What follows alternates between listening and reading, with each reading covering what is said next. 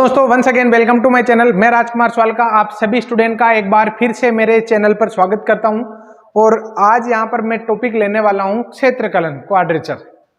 इससे पहले हमने इंटीग्रेशन और उसके बाद में डेफिनेट इंटीग्रल, निश्चित समाकलन, और आज मैं लेने वाला हूं क्वाड्रेचर। क्वाड्रेचर भी उसी का यूज है डेफिनेट इंटीग्रल का। एक बात यहां पर ध्यान देने की है कि डेफिनेट इंटीग्रल का आंसर 0 आ सकता है, लेकिन क्वाड्रेचर का आंसर आपका कभी भी 0 नहीं आएगा। अगर क्षेत्रफल 0 आ गया, इसका मतलब आप कहीं ना कहीं टेक्निकली मिस्टेक कर रहे हैं। क्लियर? हर एक फंडामेंटल को बारीकी से मैं समझा रहा हूं आप लोगों को, और कुछ आपको ट्रिक्स भी मैं आपको बताऊंगा ताकि आप क्वेश्चन को ऑब्जर्व करके ही आंसर तक पहुंच सकते हैं। तो ज्यादा देरी मैं करूंगा नहीं। क्षेत्रकलन का जो टॉपिक है, इसके बाद में प्रोबेबिलिटी, देन उसके बाद में हम बीएससी का कंटेंट स्टार्ट करने वाले हैं बहुत ही जल्दी, 26 या 27। पहले 25 का विचार था, लेकिन अब थोड़ा सा 2 दिन और। आज मैं इंट्रोडक्शन और 1 से लेकर 15 तक के क्वेश्चन लेने वाला हूं। सेलेक्टिव क्वेश्चन लूंगा। वैसे तो 25 तक मेरा विचार था, लेकिन 15 तक के क्वेश्चन लूंगा, और जिसमें बहुत ज्यादा एक ही बार में आपको उलझाने का प्रयास मेरा नहीं होगा। स्टेप बाय स्टेप हम कर लेंगे और सारे क्वेश्चन कर लेंगे। क्लियर? तो देखिए, यहां पर सबसे पहले कुछ बेसिक आइडिया हमें होना चाहिए कि कर्व जो आपको गिवन होगा उसको कैसे हैंडल करना है। क्लियर? तो स्टूडेंट, यहां पर सबसे पहले आप लोग देखो कि जब भी आपको x बराबर a दे रखा हो ना, इसका मतलब वो एक लाइन का काम करेगा। किसका काम करेगा? x बराबर a और y बराबर b, और x एक्सिस और y एक्सिस, ये चार मैंने यहां पर कॉन्सेप्ट लिखे हैं, और ये चारों कॉन्सेप्ट उनके डायग्राम यहां पर बना रखे हैं। ये x एक्स, ये y एक्स।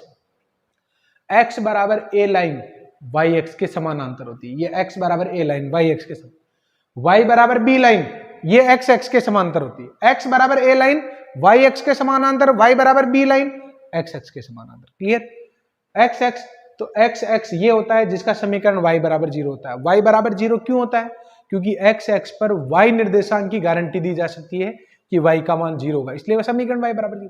ऐसे ही y एक्स जो होता है ना, इस पर x निर्देशांक की आप गारंटी दे सकते हो, इसलिए y एक्स का समीकरण x बराबर 0 होता है। क्लियर?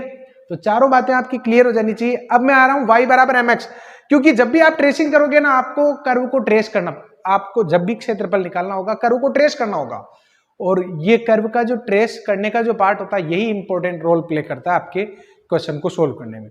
कुछ झलक आपको यहाँ पर ग्रेजुएशन की जो इंटीग्रल कैलकुलस वाली जो बुक चलती है उसका भी देखने को मिलेगा।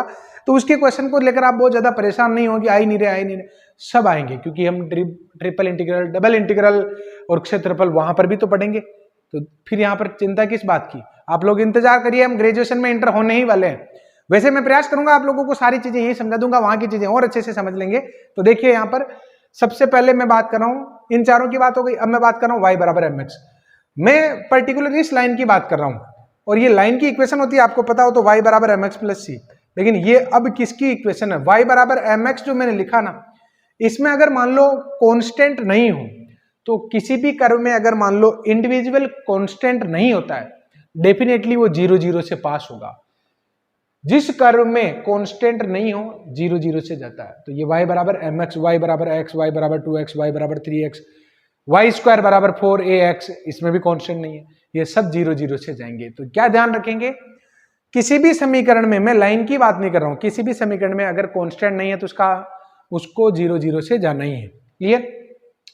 एक लाइन की इक्वेशन अंतःकरण रूप में x upon a plus y upon b बराबर 1 हो, आप इसको कैसे ट्रेस करोगे? तो ये लाइन हो जाएगी जिसका x अंतःकरण a और y अंतःकरण क्या हो जाएगा? आपका b हो जाएगा। ऐसे स्टूडेंट, y बराबर मोड x, y बराबर मोड x लाइन कहां पर बनती है? y बराबर x, तो ये वाली होगी, और y बराबर माइनस x इस टाइप की, ये v शेप में बनेगी। क्लियर?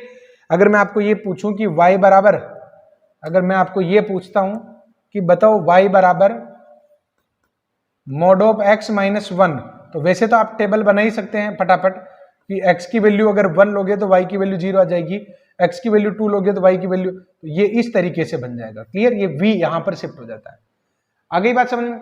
सबसे इजी तरीका है कि आप टेबल बना लो, है तो लाइन ही ना, टेबल बना लेते हो आप। 10th में भी टेबल बनाते थे, वही तो काम करना है। अब मैं बात कर रहा हूं y बराबर साइन x की, और जिसके कुछ ट्रिक्स भी आप लोगों को याद रखने हैं। y बराबर साइन x, ये जो कर्व आपको दिखाई दे रहा है, इसका स्पाइरल होता है ऐसे, जीरो पर जीरो वैल्यू होती है, पाई बाई टू पर हाईएस्ट होती है, पाई पर फिर जीरो हो जाती है, 3 पाई बाई टू पर वापस -1 हो जाती है, 3 पाई बाई टू पर -1, 2 पाई पर फिर जीरो हो जाती है। क्लियर? आ गई बात समझ में?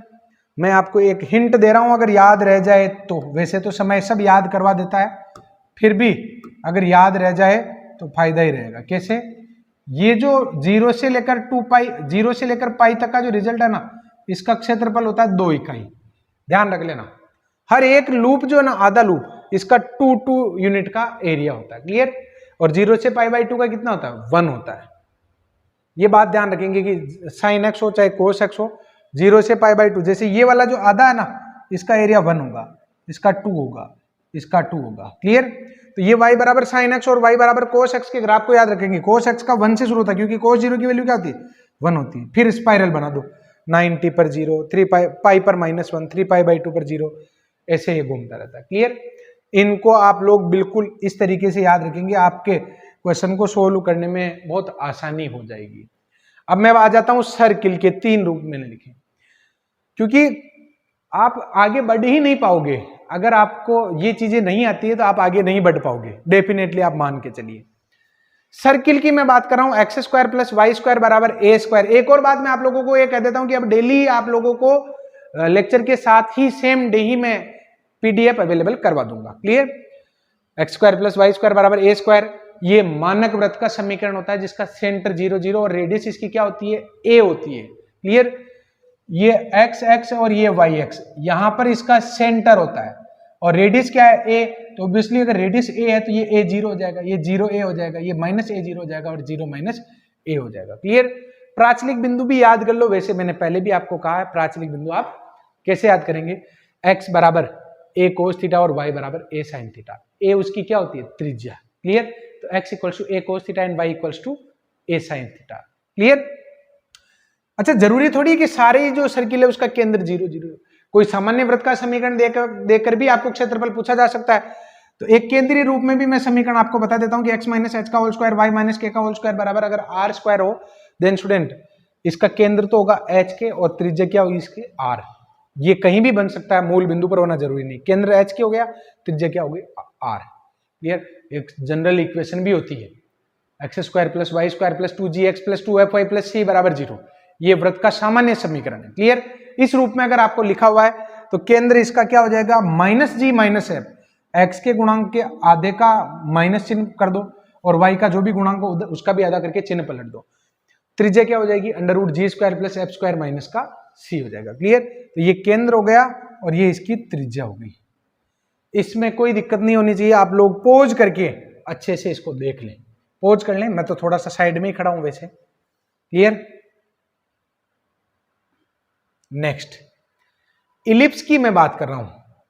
अच्छा देखो, इलिप्स में और इसमें क्या है? अच्छा, एक सर्किल आपके पास, सर्किल वृत्त के रूप में एक रिंग है, अगर आप उसको प्रेस कर देते हो ना, दबा देते हो मतलब, तो एक तरफ से तो वो लंबी हो जाएगी और एक तरफ से दब जाएगी, बन गया इलिप्स। अगर ऐसे दबा देते हो तो थोड़ा सा ऊपर ही से बन जाएगा, वो भी इलिप्स बन गया। क्लियर? तो स्टूडेंट, इलिप्स दीर्घवृत्त की मैं बात कर रहा हूं और 2 प्रकार के होते हैं ये दोनों प्रकार, x² प्लस y² बराबर 1। अगर a ग्रेटर देन हो ना b, यानी x के नीचे लिखा हुआ बड़ा हो और y के नीचे लिखा हुआ छोटा हो, तो x x पर बड़ा बनेगा और y x पर छोटा बनेगा। इसको फर्स्ट टाइप का कहते हैं। इसकी बेसिक चीजें आपको पता होनी चाहिए। इसका केंद्र 0 0 होता है। क्लियर? और इसमें एक c क्या होता है? c इसका कोई नाम नहीं, बस c एक कांस्टेंट, स्पेशल कांस्टेंट आप मान सकते हो, √a² माइनस b² के बराबर होता है। उत्केंद्रता क्या हो जाएगी आपकी? c/a। c अपॉन जो बड़ा होगा वो अपॉन में आएगा। क्लियर? और नाभि क्या हो जाएगी? +-c0। इसकी नाभि यहां पर S1 नाभि और यहां पर S2 नाभि, ये S1 और S2 होगी।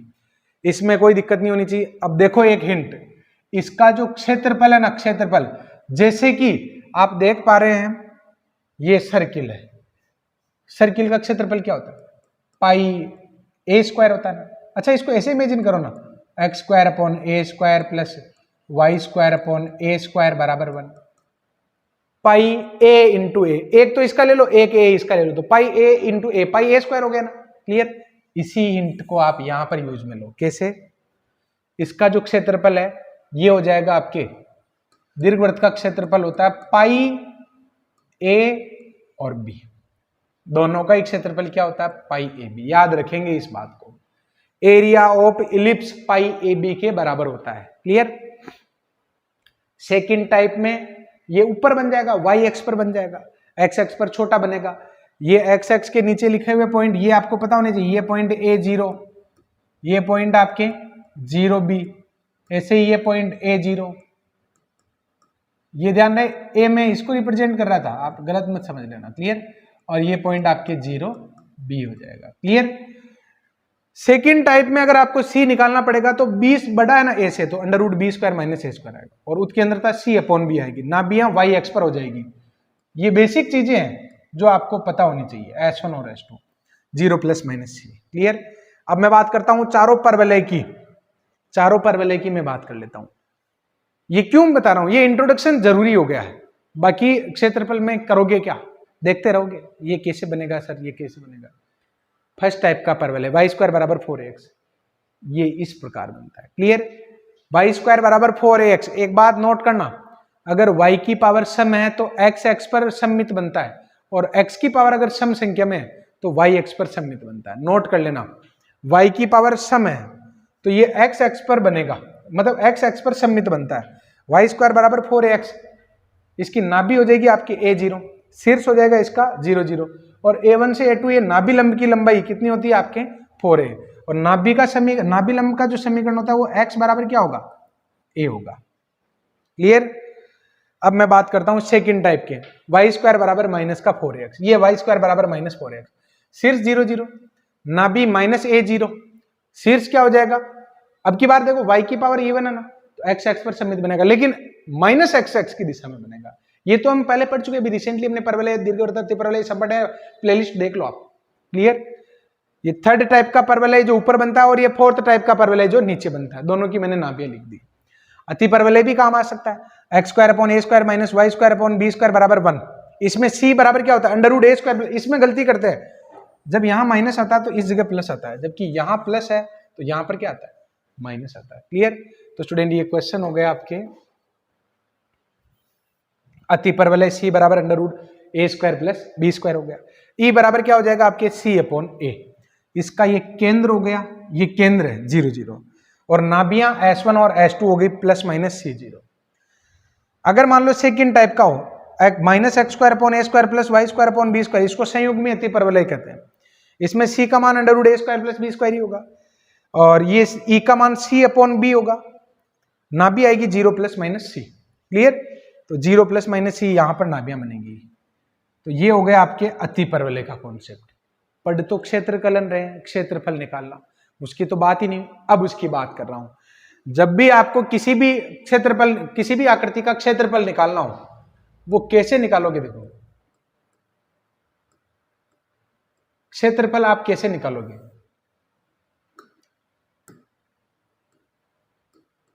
ज्यादातर थ्योरी तो मैं आपके सामने पहले ही लिख देता हूं, क्योंकि लिखने में कोई टाइम वेस्ट नहीं हो, अपना चीजें समझा नहीं रहे। वैसे एरिया की मैं बात कर रहा हूं, तो आप लोग देखो इस चीज को, कि अगर मान लो आपके पास इस प्रकार का कोई कर्व हो, ये एक कर्व है, ये तो एक्सिस हो गए दोनों, और मान लो ये कोई कर्व है और आपको एरिया निकालना है। अब स्टूडेंट बात ये है कि एरिया तो सर हम पहले ही निकालना आता है हमें, वृत्त का आप निकाल ही रहे थे, दीर्घ वृत्त का, सॉरी वृत्त का निकाल रहे थे, त्रिभुज का निकाल रहे थे, आयत रेक्टेंगल का निकाल रहे थे, स्क्वायर का निकाल रहे थे, क्यूब, क्यूबॉइड, घन का नाम, इनका आप निकाल रहे थे।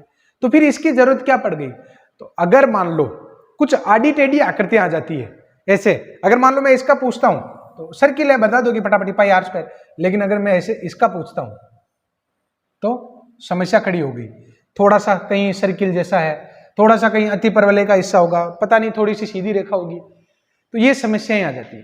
तो इन समस्याओं का समाधान करता है आपके समाकलन से क्षेत्रफल निकालना। क्लियर।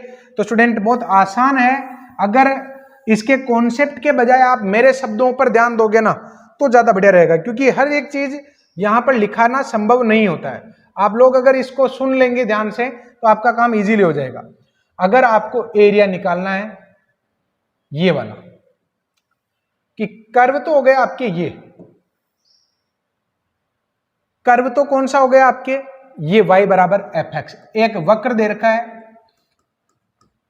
एक वक्र दे रखा y बराबर एफ एक्स, जिसके इस हिस्से पर मुझे x1 से लेकर x2 तक का एरिया निकालना है, x1 से लेकर x2 तक का। तो स्टूडेंट यहां पर देखो एरिया वास्तव में हुआ कौन सा, तो एरिया आपके ये वाला होगा। देखो ये एरिया हम निकालना चाहेंगे, कैसे निकालेंगे वो बाद की बात है, लेकिन होगा ये वाला। क्लियर?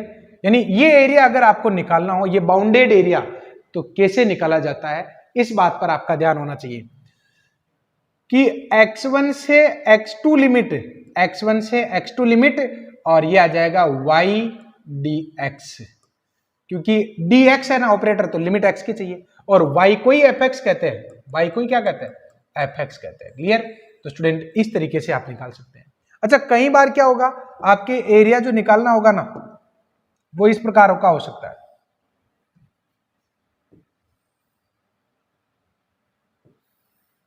कई बार इस प्रकार का भी कर्व हो सकता है, जिसमें आपको ये हो सकता है कि लिमिट दे दी जाए y की, कि y की लिमिट के करस्पॉन्डिंग आपको फाइंड करना है। जैसे कि ये, अगर मान लो आपको जो एरिया निकालना है वो इस प्रकार है, यहां से लेके यहां तक बाउंडेड है, ये एरिया ये निकालना हो। वैसे तो x की लिमिट को ही हम प्राथमिकता देंगे, लेकिन ऐसा जरूरी नहीं कि x की लिमिट ही ले।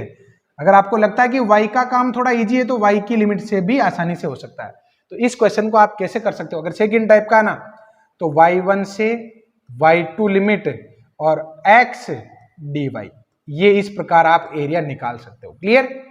ध्यान रहे, अगर आकृति सममित है तो आप सममिति में सबका क्यों निकाल लेते हो, जितना सममित है उस भाग का निकालो। जैसे 2 बार सममित लगता है, 2 बार सिमेट्रिक है तो ट्वाइस ऑफ कर दो और उसका निकाल लो, एक का सिंगल का निकाल लो। क्लियर? अब स्टूडेंट यहां पर मैं एक एग्जांपल ले रहा हूं, एक एग्जांपल क्या ले रहा हूं, 15 टोटल 15 एग्जांपल ले रहा हूं, और इन 15 एग्जांपल के माध्यम से मैं ये क्लियर करने का प्रयास करूंगा कि आप लोगों को ये 100% अच्छे से समझ में आ जाएगा। ट्रिक भी बीच बीच में काम में लेता रहूंगा। ध्यान रहे, 1-2 क्वेश्चन के बाद बिल्कुल आपका मामला क्लियर हो जाएगा। कुछ फॉर्मूले जो कहते हैं लोग कि ये फॉर्मूले याद कर लो, लेकिन मैं कभी नहीं कहता हूं कि अरे एक का फॉर्मूला याद कर लो, क्योंकि एक बार अगर आपने किसी का फॉर्मूला या यू आपने उसको रट लिया ना, तो फिर आपको वो क्वेश्चन कितना ही आसानी से दे दिया जाए आप नहीं कर पाओगे उसको। क्लियर? तो देखो फिर यहां पर ये दे रखा परवलय y स्क्वायर बराबर 4x, और इसके नाभि लंब के मध्य का क्षेत्रफल निकालना है। सबसे पहला काम आपको इसकी ट्रेसिंग करनी चाहिए।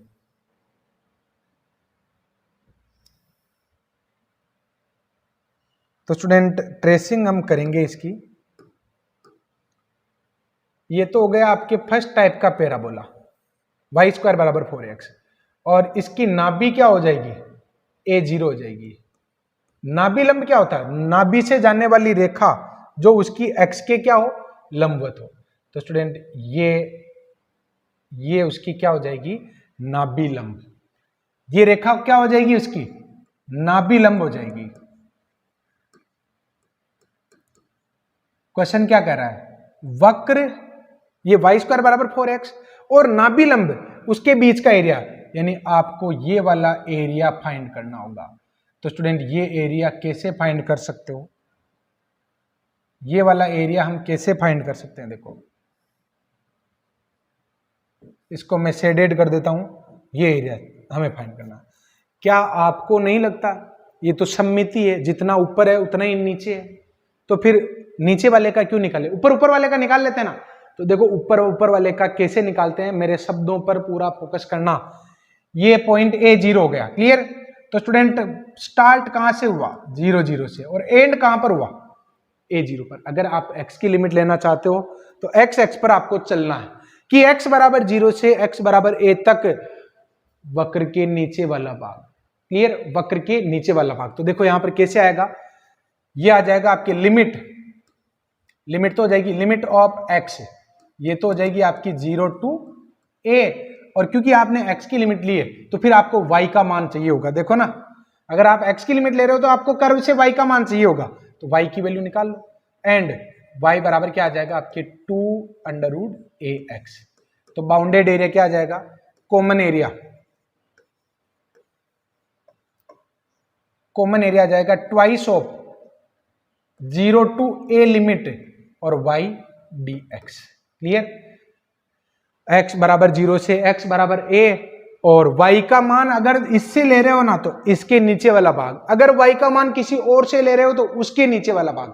यानी छतरी जो होती है ना, छतरी टॉप कहां से बनेगा वो आपके y पर निर्भर करता है कि y का मान जहां से लिया ना वो उसको कवर करेगा। क्लियर? तो स्टूडेंट यहां पर अपन चलते जा रहे हैं और इस y का मान यहां से ले रहे हैं तो इससे बाउंडेड एरिया आ जाएगा। क्लियर? तो देखो इसका सॉल्यूशन आ जाएगा 2 और 0 टू a लिमिट और y की वैल्यू 2 अंडर रूट ए एक्स डी एक्स। तो 4 अंडर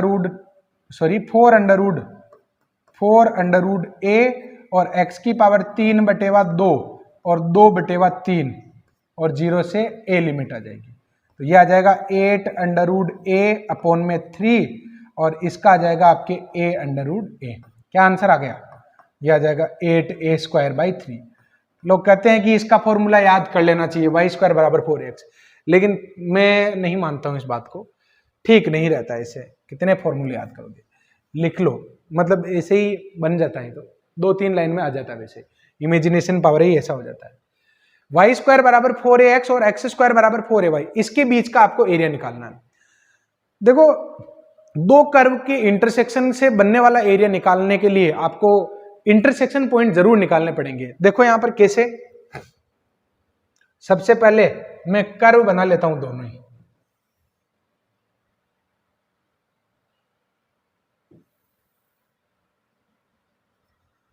एक तो है आपके y² बराबर 4ax। क्लियर?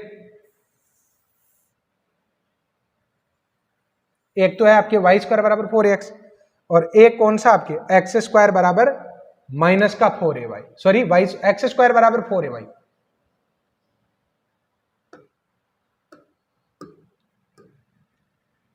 ये दूसरा वाला हो गया। ये तो कौन सा है? x² बराबर 4ay और ये कौन सा है? y² बराबर 4ax। दोनों से बाउंडेड क्षेत्रफल हमें निकालना है, बाउंडेड एरिया। तो दोनों से बाउंडेड एरिया कौन सा हुआ? तो स्टूडेंट दोनों से बाउंडेड एरिया हुआ ये वाला। इसका एरिया हमसे पूछा जा रहा है, कैसे निकालोगे? ये एरिया हम कैसे फाइंड करेंगे? जब भी आप लोगों को दो वक्र के उभयनिष्ठ भाग का क्षेत्रफल निकालना हो, सबसे पहला काम तो ये करो कि वो इंटरसेक्शन पॉइंट होने चाहिए। यानी यहां से लेकर यहां तक दोनों दो जगह कट रहे ना, तो 2 पॉइंट होने चाहिए। तो ये पॉइंट तो हम कॉमन सेंस से भी लिख सकते हैं 0 0। ये पॉइंट हमें निकालना पड़ेगा। सबसे पहला काम इंटरसेक्शन पॉइंट निकालने का है। और इंटरसेक्शन पॉइंट में मैं आपको एक और फायदे की बात बताता हूं। अगर आपके दिमाग में ये चल रहा है कि सर मैं x की लिमिट लेना चाहता हूं, तो आप इंटरसेक्शन पॉइंट में केवल x वाला भाग ही निकालो, y को इग्नोर कर लो। अगर आपके दिमाग में चल रहा है कि सर मैं y की लिमिट लेना चाहता हूं, तो दोनों पॉइंट में से y का हिस्सा निकाल लो। क्लियर? तो मेरे दिमाग में चल रहा है कि मैं x की लिमिट लूंगा। क्लियर? तो y का क्या काम, निकाल भी लोगे तो नेसेसरी पड़ा रहेगा। तो इन दोनों में से मैं y को हटा देता हूं। तो इक्वेशन सेकंड से y equals to x² upon 4a equation first में रखने पर। तो इक्वेशन फर्स्ट में अगर आप रखते हो तो ये क्या आ जाएगा? देखो y² ये हो जाएगा आपके x की पावर 4 अपॉन 16a² और बराबर में 4ax। तो ये आ जाएगा x की पावर 4 64a³ x आ जाएगा। अगर आप x कॉमन लेते हो तो x³ माइनस 64a³ बराबर 0 आ जाएगा। तो x की वैल्यू एक तो आ जाएगी 0, एक आ जाएगी आपके 4a। यानी एक तो x की वैल्यू 0 यहां पर आ गई और इसका जो दूसरा हिस्सा है वो क्या आ गया आपके 4a। और y निर्देशांक की क्योंकि मैं कह रहा हूं कि मत निकाला करो, क्यों मेहनत करनी, ऐसे रहने दो। क्लियर? अब बाउंडेड एरिया जो हुआ ना स्टूडेंट, वो इस प्रकार हुआ OC1AC2 ये वाला एरिया। क्लियर? तो कैसे निकलेगा ये? तो ध्यान से देखना, यहां पर कॉमन एरिया ये आ जाएगा आपके OC1AC2O क्षेत्रफल। x की लिमिट क्या हो जाएगी भाई? ध्यान से देखना, एक जो बात मैं बोलने वाला हूं ये इंपॉर्टेंट है। मैंने क्या कहा कि यहां पर मेरे शब्द ही कॉन्सेप्ट बनेंगे, सारी चीजें यहां पर लिखी नहीं जा सकती, संभव ही नहीं है। तो लिमिट में x की लेने वाला हूं, तो x की लिमिट लोअर लिमिट क्या है 0 और x की हाईएस्ट लिमिट कितनी है 4a। तो यहां पर जो एरिया आएगा, लिमिट ऑफ एक्स क्या हो जाएगी, लिमिट ऑफ एक्स ये हो जाएगी 0 से 4a। तो स्टूडेंट यहां पर ध्यान से देखना, x बराबर 0 से x बराबर 4a तक, x बराबर 0 से x बराबर 4a तक वक्र कौन से वक्र, ये जो रेड वाली लाइन है ना उसके नीचे वाला भाग। तो उसमें एक आपको नहीं लगता कि एक चीज एक्स्ट्रा आ रही है, और वो कौन सी, कि जब आप x बराबर 0 से x बराबर 4a की बात कर रहे हो, तो x बराबर 0 से x बराबर 4a तक अगर y का मान आपने लिया समीकरण 1 से, या फिर y का मान आपने लिया ये x स्क्वायर बराबर 4a भाई, या तो y का मान यहां से लोगे या फिर y का मान यहां से लोगे। अगर आपने y का मान यहां से लिया तो कर्व का जो एरिया है उसमें ये वाला पार्ट भी एक्स्ट्रा हो जाएगा। और अगर आप लोग ये सोचते हो कि सर y का इससे मतलब इससे लेना, तो x बराबर 0 से x बराबर 4a तक अगर आपने y का मान यहां से निकाला तो स्टूडेंट फिर ये वाला एरिया आएगा, ये तो आएगा ही, तो फिर समस्या हो गई ना। इस समस्या का समाधान कैसे, देखो x बराबर 0 से x बराबर 4a तक y फर्स्ट से dx का मान, तो अगर आप फर्स्ट से निकाल रहे हो तो ये वाला भाग एक्स्ट्रा आ गया, क्लियर। माइनस करोगे फिर कौन से वाले, सेकंड कर्व के नीचे वाले भाग को, तो स्टूडेंट यहां पर आ जाएगा माइनस में 0 से 4a लिमिट और y सेकंड इक्वेशन से dx। अब आपको बस y का मान निकालना है, अब तो कोई विशेष समस्या बची नहीं है इसमें। तो देखते हैं 0 से 4a लिमिट तो दोनों पर सेम ही है, तो y की वैल्यू फर्स्ट से निकालोगे तो ये आ जाएगा 2√ax, और यहां से y की वैल्यू निकालोगे तो x स्क्वायर अपॉन में 4a आ जाएगा। दोनों को मैंने मर्ज इसलिए कर दिया क्योंकि लिमिट सेम है इस वजह से। तो इसका जो आंसर है स्टूडेंट वो क्या आ जाएगा, 2√a और x की पावर 3/2 अपॉन में 2/3, और ये आ जाएगा आपके x³ अपॉन में 12a, और 0 से 4a लिमिट आ जाएगी। इसमें अगर आप पुट करते हो तो 4√a अपॉन में 3 और 4a√4a माइनस में कितना आएगा 64a³ 64a³ अपॉन में 12a और माइनस का 0 आ जाएगा।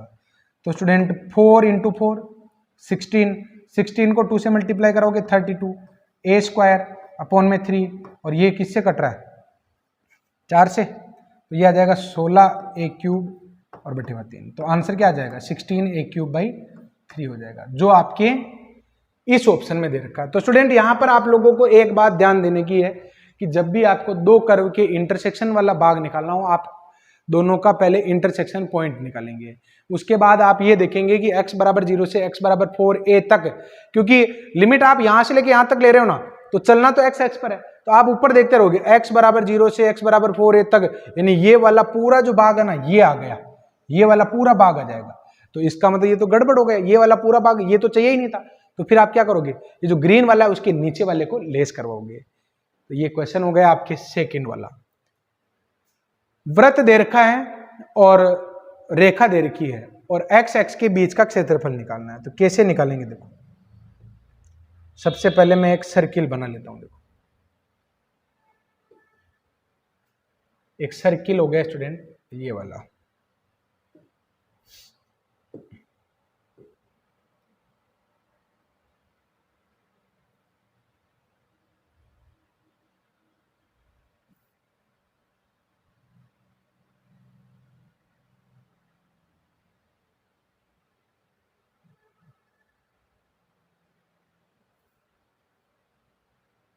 ठीक है ऐसे देख लो कोई दिक्कत नहीं। क्वेश्चन नंबर 3,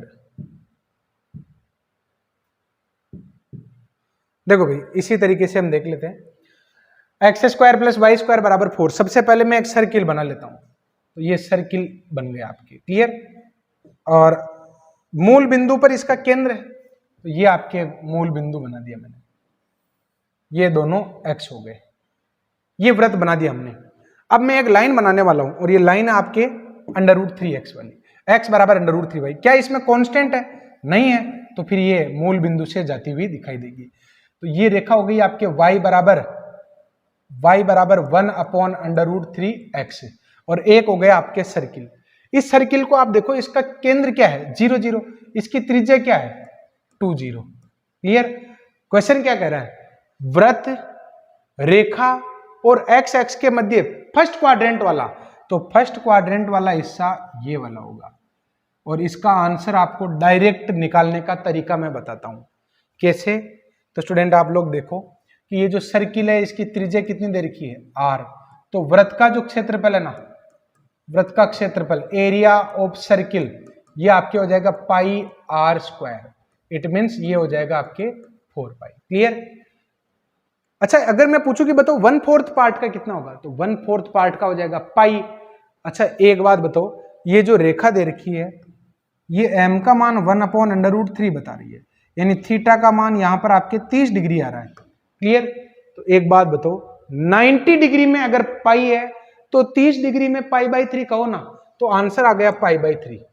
कुछ नहीं करना पड़ा। क्लियर। तो यहां पर हम लिखेंगे सिंस m बराबर फर्स्ट क्वाड्रेंट में वृत्त कितना हो जाएगा आपके, पाई हो जाएगा। लाइन से थीटा बराबर कितना है, 30 डिग्री। तो एरिया आपके आ जाएगा, कॉमन एरिया आ जाएगा आपके पाई/3, जो आपके सेकंड ऑप्शन। अगला सवाल देखिए, y बराबर tan x और y बराबर cot x और x x के बीच का क्षेत्रफल आपको निकालना है। तो सबसे पहला काम यहां पर आपको x बनाने हैं, दोनों ही x हमने बना लिए।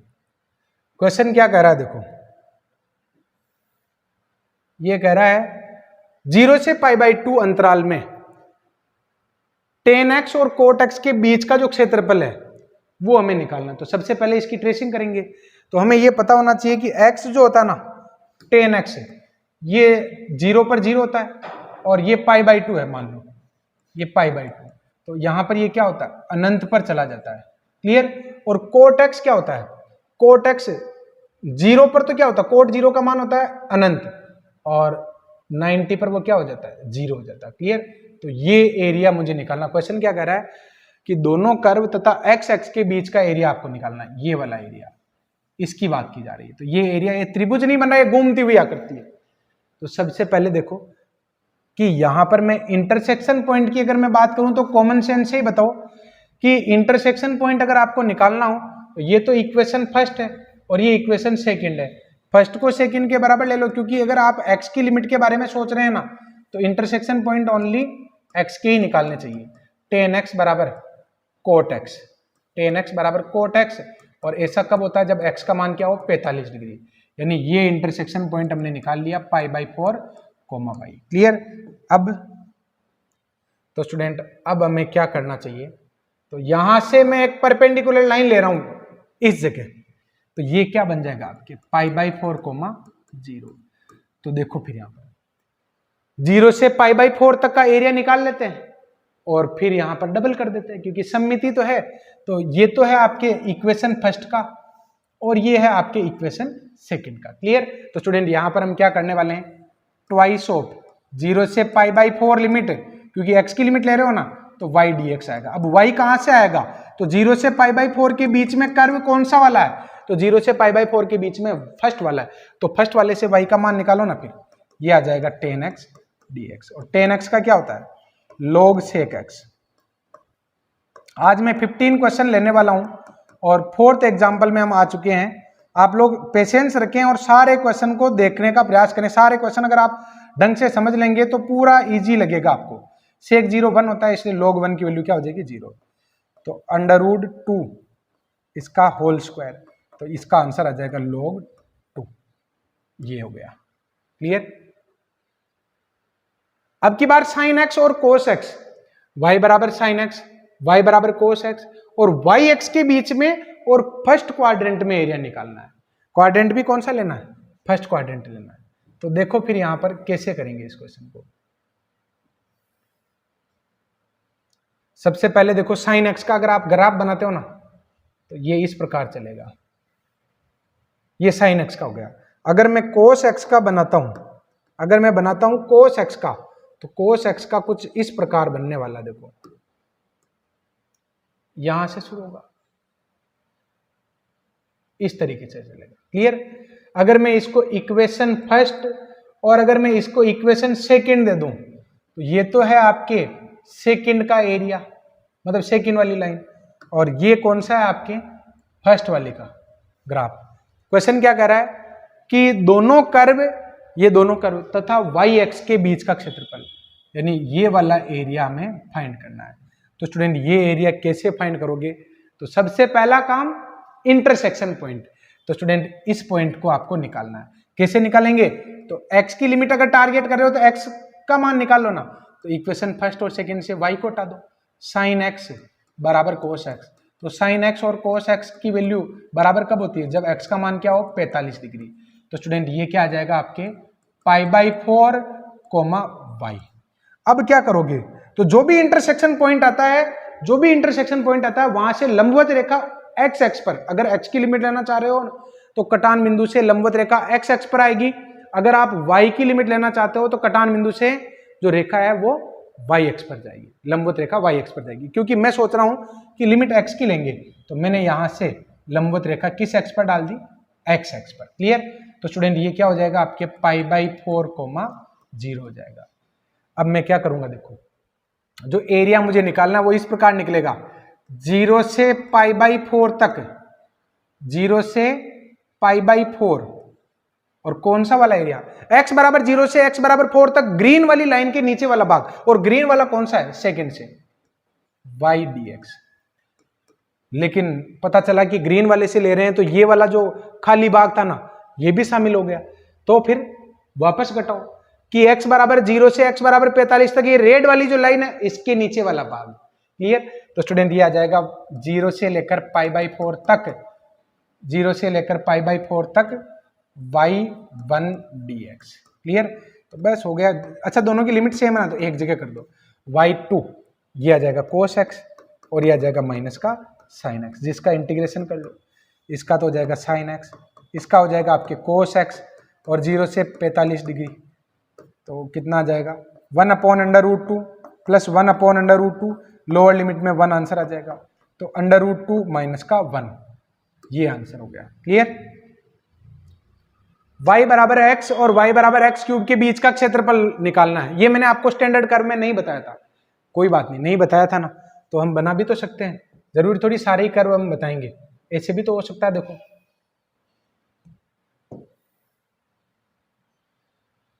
y बराबर x लाइन तो हम बना लेंगे क्योंकि इसमें कांस्टेंट नहीं है तो ये ऐसे जाएगी। लेकिन y बराबर x³ के बारे में अगर आपको डिसीजन लेना है तो देखो इसमें पॉइंट निकाल लो ना।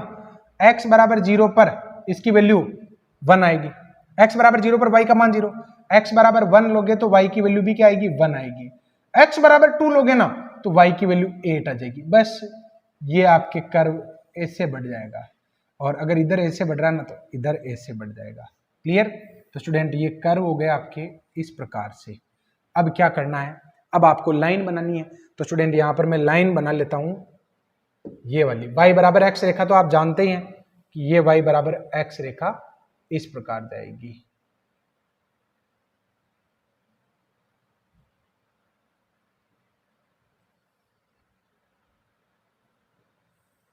ये y बराबर x वाली रेखा होगी। तो क्वेश्चन क्या कर रहा है? y बराबर x रेखा और इसके बीच का क्षेत्रफल निकालना है। तो स्टूडेंट यहां पर आपका एरिया जो है ये वाला होगा, एक ये वाला होगा। तो ये वाला सममिति है तो एक का निकालेंगे और डबल कर देंगे। अब आपको चाहिए लिमिट, इंटरसेक्शन पॉइंट चाहिए। तो स्टूडेंट मैं यहां पर ये इंटरसेक्शन पॉइंट तो डायरेक्ट ही बता सकता हूं। एक मुझे इंटरसेक्शन पॉइंट, इसकी भी जरूरत है एक की, तो कैसे निकालोगे? देखो इसको समीकरण 1 और इसको समीकरण दे दो आप 2। तो इक्वेशन फर्स्ट और सेकंड को बराबर अगर रखते हो ना तो x³ बराबर x, तो x कॉमन अगर लेते हो तो x² -1 हो जाएगा। तो x की वैल्यू आ जाएगी 0, एक आ जाएगी 1 और एक -1 आएगी। x की वैल्यू -1 तो यहाँ पर -1, y, ये 0 0 और ये 1, y निर्देशांक में निकाल ही नहीं रहा हूँ क्योंकि जरूरत ही नहीं है। क्लियर? क्यों जरूरत नहीं? क्योंकि यहाँ पर मैं लिमिट x की ले रहा हूँ। उसके बाद क्या करोगे? अगर आप x की लिमिट लेना चाहते हो तो वो जो कटान बिंदु आता है उससे लंबवत रेखा किस x पर आनी चाहिए? उससे लंबवत रेखा आनी चाहिए x एक्स पर। तो ये रेखा आ जाएगी आपके x एक्स पर। क्लियर? तो स्टूडेंट अब ये एरिया कैसे निकालोगे? देखो कॉमन एरिया तो ये वाला हुआ, OC1A और O। क्लियर? तो एरिया आ जाएगा आपके ट्वाइस ऑफ OC1AO। अब ये जो निकालना है इसकी लिमिट क्या होगी? तो लिमिट हो जाएगी आपके x बराबर 0 से x बराबर 0 से x बराबर 1 तक। क्लियर? तो देखो यहां पर ट्वाइस ऑफ x बराबर 0 से x बराबर 1 तक y dx लिख दिया। अच्छा, y का मान कहां से लाओगे भाई? तो y का मान ये तो है समीकरण 1 और ये है समीकरण 2। अगर आप समीकरण 1 के नीचे वाला भाग निकालते हो तो आपके ये वाला भाग एक्स्ट्रा हो जाएगा, और अगर आप समीकरण 2 के नीचे वाला निकालते हो तो कॉमन भाग आएगा ही नहीं। तो कैसे आएगा फिर? तो समीकरण 1 के नीचे वाले भाग में से समीकरण 2 के नीचे वाला भाग घटा दो। क्लियर? तो स्टूडेंट ये आ जाएगा y की वैल्यू कहां से? फर्स्ट से, माइनस 0 से 1 लिमिट, y की वैल्यू कहां से? सेकंड से, और dx। क्लियर? तो स्टूडेंट इस 2 को मत भूल जाना, शुरुआत में ये जो 2 लिखा ना ये दोनों के मल्टीपल में, क्योंकि दोनों की लिमिट सेम है। तो फर्स्ट से y की वैल्यू x और माइनस का x क्यूब और dx, और इसको अगर मैं सरल करता हूं तो ये आ जाएगा x² 2 और माइनस में x की पावर 4 अपॉन में 0 से 1 इसकी लिमिट आ जाएगी। 1/2 माइनस 1/4, इसको सरल करोगे तो 1/4 यानी 1/2 आंसर आ जाएगा। क्लियर? अगला क्वेश्चन आप लोग देखिए कि y बराबर x, x minus 1, x minus 2 और x के बीच का क्षेत्रफल निकालना है। तो स्टूडेंट सबसे पहला काम आप लोग इसकी ट्रेसिंग करोगे ना तभी काम चलेगा, और इसकी ट्रेसिंग बहुत आसान नहीं है क्योंकि ये नॉन में से नहीं आया। 99% केस में आपके नॉन कर्व में से आएगा, लेकिन कुछ एक कर्व ऐसे होते हैं जो आपके नॉन नहीं होते। हालांकि वो ग्रेजुएशन का पार्ट पढ़ने के बाद तो वो भी नॉन ही हो जाते हैं, लेकिन यहाँ पर तो थोड़ा सा डिफरेंट रहता है। क्लियर? अब आप लोग देखो कि सबसे पहले तो x के बीच का क्षेत्रफल निकालना है, तो कैसे निकालेंगे? तो स्टूडेंट ये कर्व x को काट कहां पर रहा है ये देखो आप, तो x के कटान बिंदु के लिए y बराबर 0। अगर y बराबर 0 रखोगे तो x माइनस 1 और x माइनस 2 बराबर क्या आ जाएगा? 0, यानी x की वैल्यू आ जाएगी 0, 1 और 2 आ जाएगी। क्लियर? तो स्टूडेंट ये x पर कटान बिंदु आ गए, एक तो 0, एक आ गया आपके 1, एक आ गया आपके 2। अब हमें कर्व को आगे बढ़ाना। देखो अगर मैं x की वैल्यू, थोड़ा सा आइडिया लेना हमें, x की वैल्यू अगर 0.5 लेता हूं तो y की वैल्यू क्या आएगी? 0.5 माइनस 0.5 और माइनस के 1.5। सोल्व मत करो इसको, रहने दो। y की वैल्यू क्या आएगी? पॉजिटिव आएगी ना। तो x की वैल्यू जब 0.5 है तो y की वैल्यू पॉजिटिव आ गई। ठीक बात है। अब देखो x बराबर अगर आप 1.5 लेते हो तो y की वैल्यू कितनी आएगी? तो y की वैल्यू आएगी 1.5 और 0.5 और माइनस का 0.5। क्या आपको नहीं लगता कि ये ऊपर वाली वैल्यू और नीचे वाली वैल्यू तो सेम ही है, बस प्लस माइनस का ही तो फर्क है? तो स्टूडेंट ये वैल्यू इतनी ही डीप में नीचे आ जाएगी। क्लियर? तो इसके बीच में जो कर्व बनेगा ना वो तो इस प्रकार हुआ। अब आगे जो कर्व है स्टूडेंट, क्योंकि x को तो वो यहीं पर काट रहा है, अगर आप x की वैल्यू पीछे लेते हो ना तो कर्व ऐसे खुला हुआ रहेगा, कर्व ऐसे खुला हुआ रहेगा, और आगे अगर लेते हो तो ये कर्व इस प्रकार बढ़ जाएगा। तो स्टूडेंट ये वाला भाग और ये वाला भाग तो x के बीच में उभयनिष्ठ भाग देगा ही नहीं, केवल x से बंधा हुआ तो यही है। तो ये वाला एरिया में निकालना, और इसमें आपको एक सावधानी रखनी है, जब भी कर्व नीचे बनता है तो उसकी न्यूमेरिकल वैल्यू नेगेटिव आती है, जो आपकी गलती डेफिनेटली करवा सकती है। अगर आपको लगता है कि ये भाग और ये भाग सममित है तो फिर आपको एक का निकाल लेना चाहिए और दूसरे का दुगुना कर देना चाहिए, लेकिन ये लूप और ये लूप जो है ना वो बराबर होना चाहिए तब। क्लियर? तो स्टूडेंट जो शेडेड एरिया है वो तो अपना इस प्रकार आया, ये शेडेड एरिया है।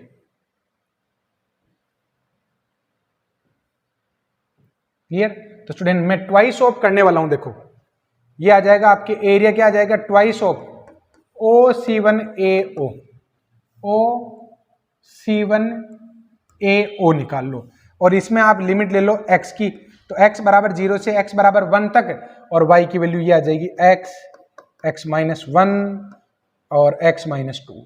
इसको सरल में नहीं करूंगा क्योंकि इसका कैलकुलेशन आप लोग कर सकते हैं, पूरे को मल्टीप्लाई करवा के आप कर लेना। अगला सवाल देखिए, एक वृत्त दे रखा है जिसका केंद्र क्या है? पहले पूरा पढ़ लेते हैं। एक वक्र दे रखा है x² + y² बराबर π², वृत्त है ना। एक और वक्र दे रखा y बराबर sin x। दोनों के बीच में फर्स्ट क्वाड्रेंट में जो स्थित एरिया है ना वो निकालना है। तो सबसे पहले x square plus y square बराबर पाई स्क्वायर। बताओ इसका केंद्र क्या है, 0 0। बताओ इसकी त्रिज्या कितनी है, तो पाई है। क्लियर। अब y बराबर और क्या दे रखा है आपको, साइन x दे रखा है। सबसे पहला काम दोनों की ट्रेसिंग कर लेते हैं।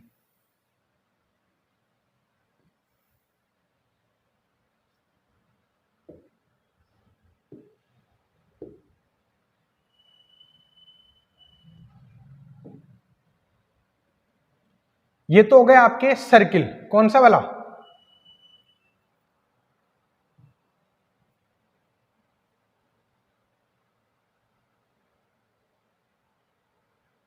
ये तो हो गए आपके सर्किल। क्लियर।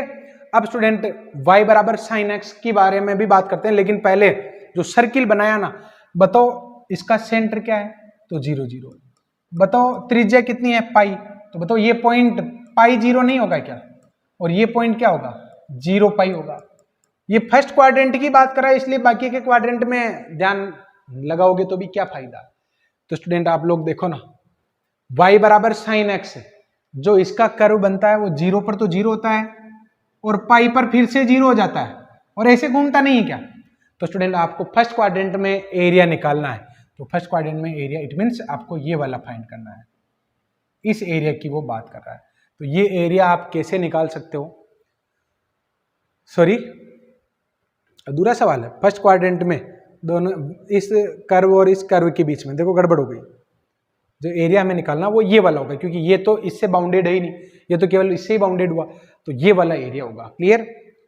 कभी कभी क्या होता है, ऐसे कंफ्यूजन क्रिएट होते हैं और हम उसमें फिर थोड़ी सी गलती कर बैठते हैं। तो स्टूडेंट अपना जो एरिया है ना वो ये वाला होगा, क्योंकि दोनों से बाउंडेड होना जरूरी है। मैंने एक से ही बाउंडेड ले लिया था, तो दोनों से बाउंडेड ये वाला एरिया होगा, जिसका रिजल्ट हमें फाइंड करना। तो कैसे निकालेंगे ये वाला एरिया, तो स्टूडेंट डायरेक्ट ही तरीका बता देता हूं कैसे।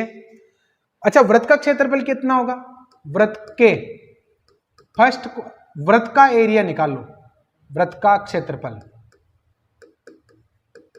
वृत्त का क्षेत्रफल हो जाएगा पाई और r square, it means pi cube हो गया। क्लियर।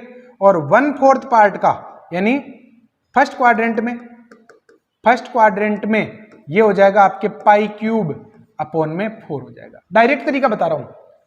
अच्छा स्टूडेंट आपको ये वाला निकालना है, तो 1/4 पार्ट में से आप ये वाला निकाल दो ना, इसका एरिया 2 होता है। क्लियर। तो स्टूडेंट आपके जो कॉमन एरिया है वो कितना आ जाएगा, देखो इसका क्षेत्रफल 0 से पाई में साइन एक्स का क्षेत्रफल ये कितना होता है आपके 2 होता है। तो स्टूडेंट कॉमन एरिया हो जाएगा पाई क्यूब बाई 4 माइनस का 2, तो कितना हो जाएगा, पाई cube minus 8 upon 4। Third question, y बराबर e की पावर x और y बराबर e की पावर माइनस x, इनको मैंने वहां जो नॉर्मल कर्व थे वहां पर नहीं बनाया था, लेकिन अब बना दूंगा।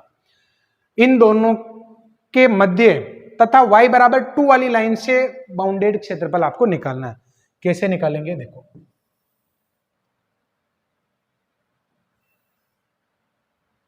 तो स्टूडेंट सबसे पहले मैं y बराबर ex की बात करता हूं। तो ये y बराबर ex इस प्रकार बनने वाला है। कैसे बनेगा, ये y बराबर ex का आप इस प्रकार ध्यान रखेंगे कि इसका ग्राफ इस प्रकार बनता है। क्लियर।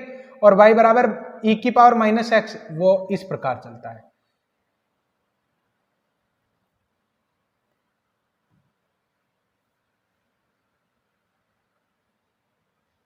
ये वाला हो गया। क्लियर। y बराबर e की पावर x तो ये है,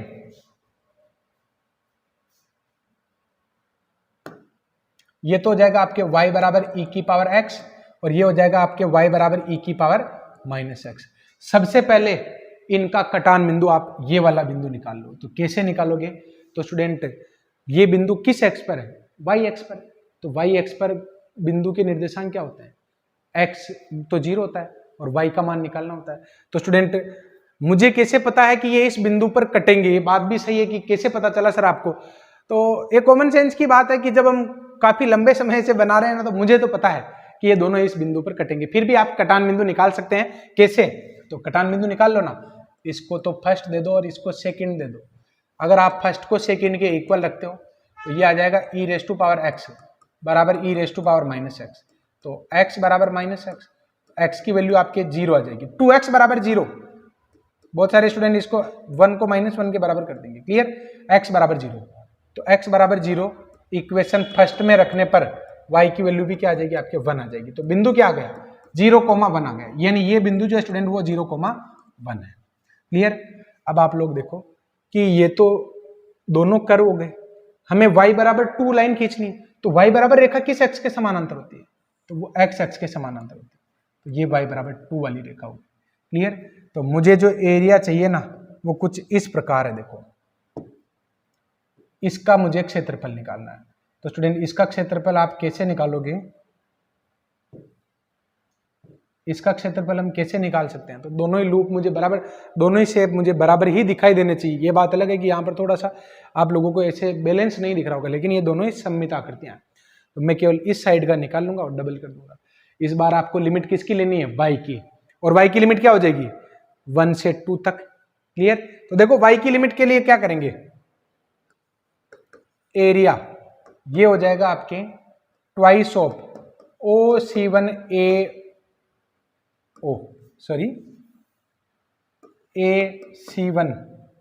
BCA, कौन सा, ये A, ये C1, ये B, ये C और A वाला एरिया, इसका निकाल लेता हूं। तो स्टूडेंट यहां पर लिमिट ऑफ y की लिमिट तो हो जाएगी आपके 1 से 2 तक, y की लिमिट तो ये हो गई, और फिर क्या आएगा आपके x dy आ जाएगा।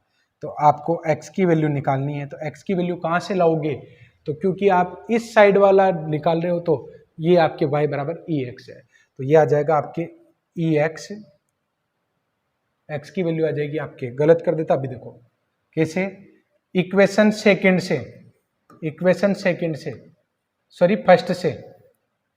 फर्स्ट से y बराबर e की पावर x, तो x बराबर क्या हो जाएगा log y, तो log y यहां पर रखना पड़ेगा आपको, log y dy, और इस 2 को हम भूल जाते हैं अभी।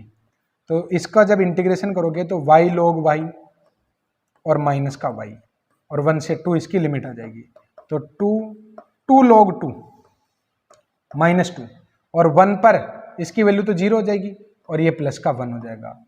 तो आंसर आपकी कितना आ जाएगा 4 log 2 और माइनस का 2। कहां दे रखा है, कहीं नहीं दे रखा है, देंगे, देखो कैसे, 2 कॉमन निकाल लो, तो ये आ जाएगा log 2 और माइनस का 1। log 1 को आप क्या लिख सकते हो, इसको आप क्या लिख सकते हो, कोई मिस्टेक तो नहीं होगी, 1 से 2 limit log y dy, y log y, तो 4 log 2 और माइनस का 2, -1 हो जाएगा। लग तो रहा है मिस्टेक हो गई है, मिस्टेक ये हुई ना, यहां पर 2 है। क्लियर, तो स्टूडेंट यहां पर आप लोग देखो कि इस 2 को मैं ऐसे लिख सकता हूं, ये 2 ऊपर जाएगा तो log 4 हो जाएगा, और 1 को मैं क्या लिख सकता हूं, log e लिख सकता हूं। तो देखो ना, ये अकॉर्डिंग टू ऑप्शन अगर चलोगे तो 2 log 4 अपॉन e आंसर आ जाएगा, जो आपके इस ऑप्शन में दे रखा है। क्लियर, अगला सवाल देखिए, x बराबर a cos क्यूब t और y बराबर a sin क्यूब t, इससे बाउंडेड आपको एरिया निकालना है। ये आकृति ऐसी है जो आप लोगों को दिखाई नहीं दे रही होगी, लेकिन हम इसको देख पाने का प्रयास करते हैं। देखो, cos t बराबर x अपॉन a, इसकी पावर 1/3 लिख सकते हैं ना, और sin t बराबर में क्या लिख सकता हूं, y अपॉन a, इसकी पावर 1/3। क्लियर, अगर आप यहां पर cos square t plus sine square t करते हो तो ये आपके x की पावर 2/3 प्लस y की पावर 2/3 अपॉन में a की पावर 2/3 बन जाएगा। इट मीन्स ये कर्व जो आपको पहले कार्तीय रूप में दे रखा था, अब आप इसको, सॉरी पहले प्राचलिक रूप में दे रखा था, अब उसको आप कार्तीय रूप में देख सकते हैं। क्लियर, अब स्टूडेंट इसका आपको एरिया निकालना है। तो ये एरिया, अगर इस कर्व का आपको आइडिया नहीं है तो मैं आपको बता देता हूं ये कैसे बनता। देखो, ये जो वृत्त होता है ना, वृत्त, थोड़ी देर के लिए इमेजिन करो मैं इस हिस्से को, इन चारों हिस्सों को यहां पर काट देता हूं, क्लियर। फिर उसके बाद मैं क्या कर रहा हूं, ये वाली जो रिंग है ना, इसको पलटकर यही उल्टा कर दिया, इस रिंग को पलटकर यही उल्टा कर दिया, इसको पलटकर यही उल्टा कर दिया, और इसको पलटकर यही उल्टा कर दिया। ये इस प्रकार बनता है। और थोड़ा सा ये आइडिया रखेंगे तो आपका काम आसानी से हो जाएगा। इसको एस्ट्रॉइड भी आप कह सकते हैं, क्लियर।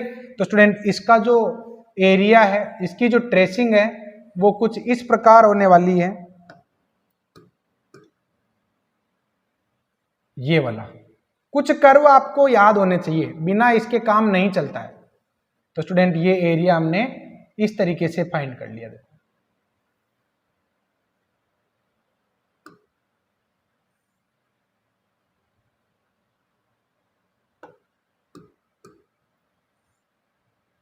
ये कंप्लीट हो गया, क्लियर। तो स्टूडेंट, आपको इसका पूरे का एरिया चाहिए, तो पूरे का क्यों निकालेंगे, 1/4 पार्ट का निकाल लेंगे। और 1/4 पार्ट का कैसे निकालोगे, तो स्टूडेंट, ये जो पॉइंट है ना, ये वाली लाइन, ये पॉइंट क्या हो जाएगा, ये हो जाएगा आपके a,0, ये पॉइंट क्या हो जाएगा 0,a। ये पूरा निकालना है, तो केवल मैं 1/4 पार्ट का ही निकालने वाला हूं। और कैसे निकालेंगे देखो, तो कॉमन एरिया जो है स्टूडेंट,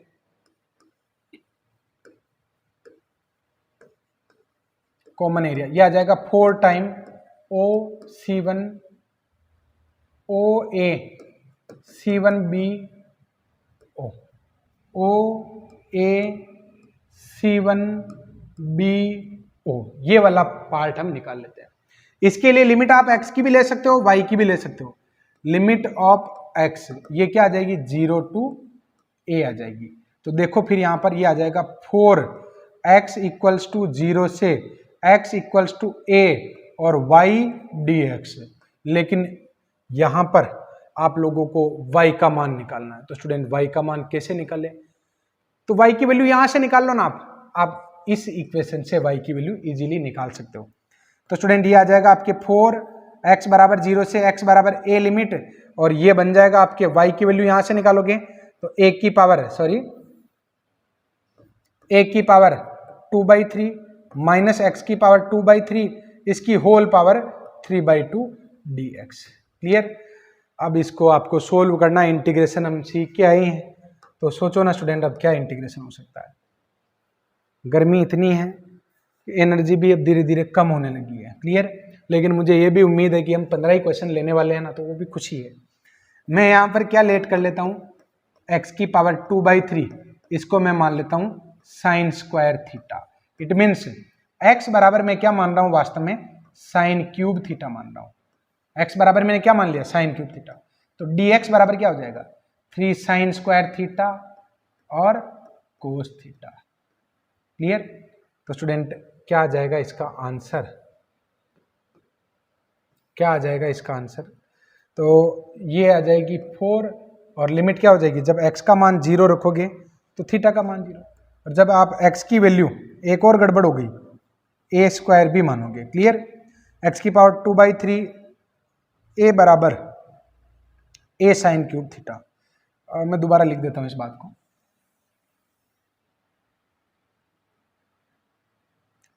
x बराबर मैं लेट कर लेता हूं a साइन क्यूब थीटा। तो dx बराबर आ जाएगा आपके 3a साइन स्क्वायर थीटा और cos theta D theta, clear. अब ठीक रहेगा। तो जब x बराबर 0 है तो साइन क्यूब थीटा भी 0, यानी थीटा 0 हो जाएगा। जब x का मान a है तो साइन क्यूब थीटा बराबर 1, तो थीटा की वैल्यू आ जाएगी आपके π/2।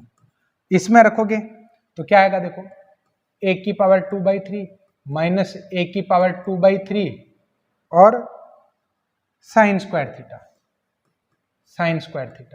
और इसकी पावर में 3/2, और dx की जगह आपकी क्या आ जाएगा 3a साइन स्क्वायर थीटा और कोस थीटा, क्लियर। तो स्टूडेंट, ये आ जाएगा आपके 4 a की पावर 2/3, 3/2 से कॉमन कैंसिल हो जाएगा 4a, एक ये a स्क्वायर हो जाएगा, 0 से π/2 लिमिट। अच्छा देखो 1 minus sine square theta cos square theta की पावर 3/2, कोस क्यूब थीटा, ये तो बन गया कोस क्यूब, और ये कोस, तो ये बन जाएगा कोस 4 theta sine square theta, clear. इसमें गामा इंटीग्रल का फॉर्मूला आप लगाओगे तो गामा 5/2 गामा 3/2 अपॉन में 2 गामा दिस प्लस 2 अपॉन 4, ये आ जाएगा। क्लियर? तो 4a² अपॉन में 2 और गामा 4 फैक्टोरियल 3 के बराबर हो जाएगा, जिसका आंसर 6, और gamma 5/2 3/2 1/2 under root pi, gamma 3/2 1/2 under root pi बन जाएगा। तो ये दोनों मिलकर इसको काट देंगे, ये इसको काट देगा, तो आंसर आ जाएगा आपके πa² अपॉन में 8, जो आपके किसी भी ऑप्शन में नहीं दे रखा है, इतनी मेहनत करने के बाद भी नहीं दे रखा है ना, तो फिर अब आपको ही करना प्रयास। देखो ये 3 जो है ना, इसको तो भूल ही गए, तो इसको 3 को वापस ले आते हैं 3, तो 3πa² अपॉन में 8, अब आ गया आंसर। क्लियर?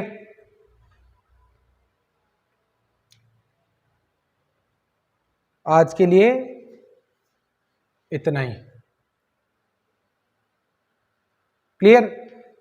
तो स्टूडेंट आज की क्लास को मैं यहीं खत्म करता हूं। अब 2 क्वेश्चन मैंने आप लोगों के लिए छोड़ दिए हैं, नेक्स्ट लेक्चर में मैं एक्सरसाइज के क्वेश्चन लूंगा। इसके आगे के जो क्वेश्चन है अगर आप लोगों को ठीक लगता है तो करें, बाकी ज्यादा परेशान होने की आवश्यकता नहीं है। जो क्वेश्चन आते हैं वो 100% मैं आप लोगों को करवा दूंगा, और लगभग सारे ही क्वेश्चन हम कर लेंगे, और इसको आगे के 2 लेक्चर में मैं इसको कंप्लीट कर लूंगा। Thank you.